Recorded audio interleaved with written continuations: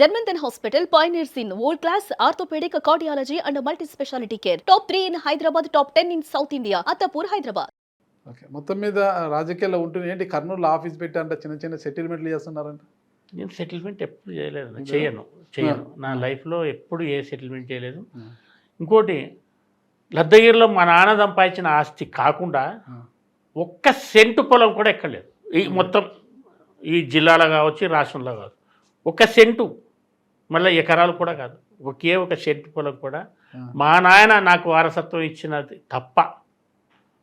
Settlement చేస్తే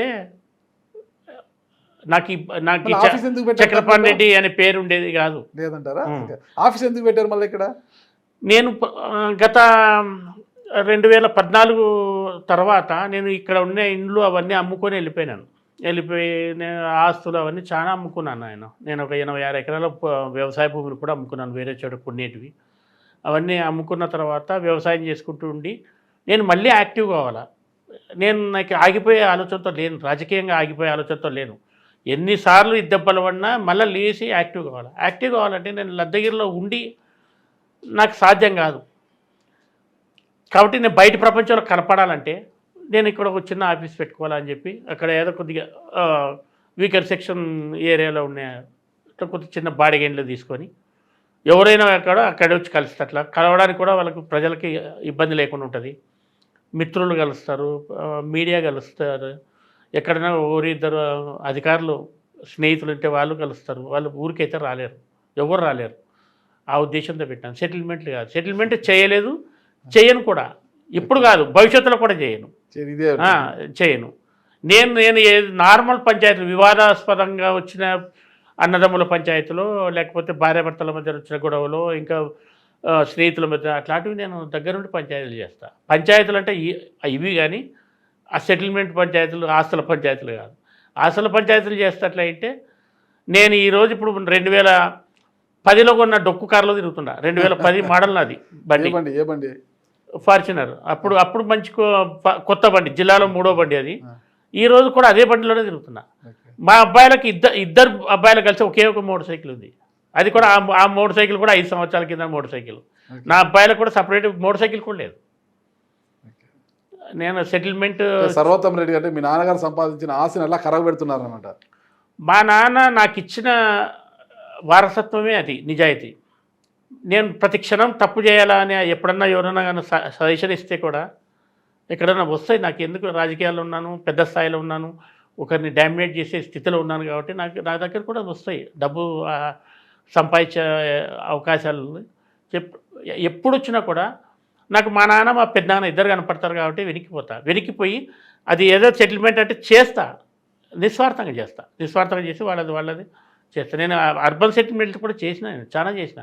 కానీ ఎక్కడ నేను ఒక టీ కూడా తప్పించుకున్నాను. నేనే ఖర్చు పెట్టి వాళ్ళకి భోజనం పెట్టి టీ చేసిన.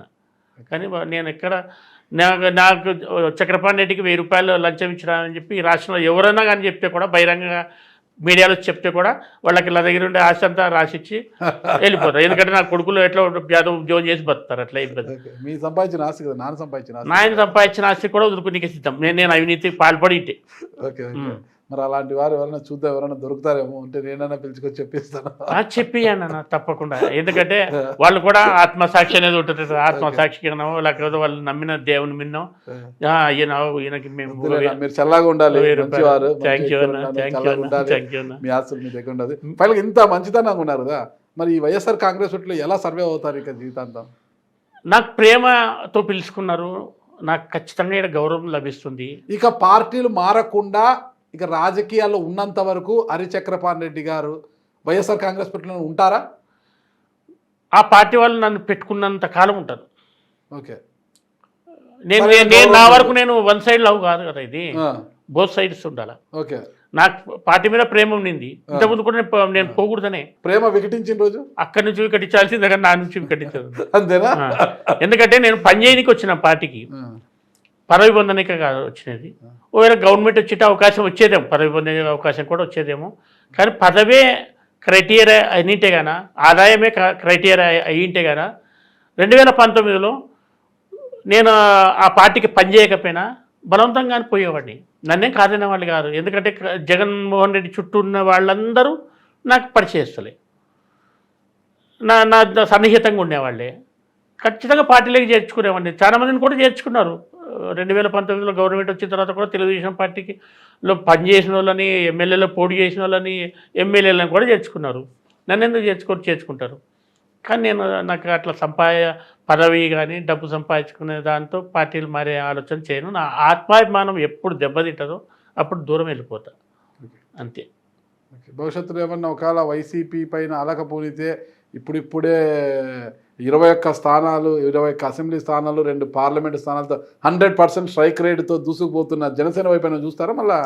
లేదన్నా, లేదట ఏం చేయను. నాకు పార్టీలో పనిచేయడానికి కావాల్సినంత స్కోప్ ఉంది, నాకు ఓపిక ఉంది, క్యాడర్లో కూడా నాకు పట్టు ఉంది. వైఎస్ఆర్ పార్టీ క్యాడర్లో నాకు పట్టు ఉంది. పైన పార్టీలో గౌరవం ఉన్నంత వరకు నేను ఇంకా రెట్టించిన ఉత్సాహంతో పనిచేస్తా. పార్టీ గవర్నమెంట్ వస్తారా నాకు సంబంధం లేదు. మళ్ళీ మేము కూడా 161 స్థానాలకు 171 స్థానాలకు మేము రావచ్చు. కానీ అదే ఒకవేళ రాకపోవచ్చు, అంటే ప్రభుత్వం వస్తుంది కాబట్టి నేను పార్టీకి పనిచేస్తాను కాదు, చేయకపోయినా పర్లేదు. నాకేం హ్యాపీగా 2 కొడుకులు నాకు చేతికి వచ్చినారు. నా రాజకీయ జీవితం అంతా గడిపినా మా నాయన ఆస్తి నిలబెట్టుకున్నాను, కొంత పోగొట్టుకున్నాను అంతే, కొంత తప్ప మిగతా అంతా నిలబెట్టుకున్నాను. మా పెద్దలు ఇచ్చిన ఆస్తి. మీకు మంచి జరగాలని కోరుకుంటా. సరే, ఇప్పుడు మీరు వైఎస్ఆర్ కాంగ్రెస్ పార్టీలో ఉన్నారు, వాళ్ళు టీడీపీలో ఉన్నారు, అధికార పార్టీలో ఉన్నారు, ఎన్డీఏ కూటమిలో ఉన్నారు, అధికారంలో ఉన్నారు వాళ్ళు. ఇప్పుడు మిమ్మల్ని మరింత పతనావస్థకు తీసుకెళ్ళడానికి సూర్యప్రకాష్ రెడ్డి గారు కన్నెర చేయరంటారా?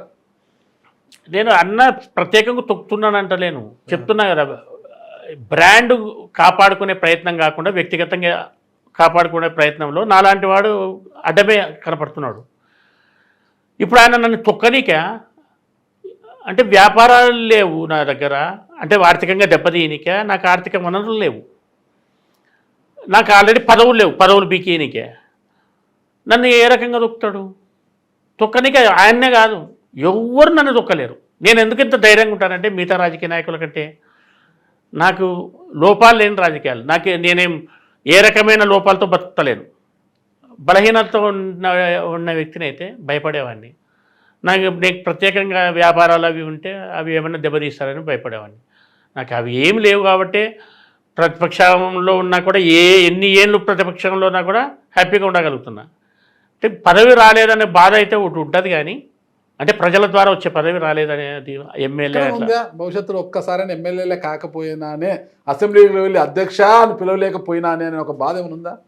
ఇప్పటి వరకు పోయినానే అనుకున్నాను, కానీ ఖచ్చితంగా భవిష్యత్తులో అయితే కదన్నా.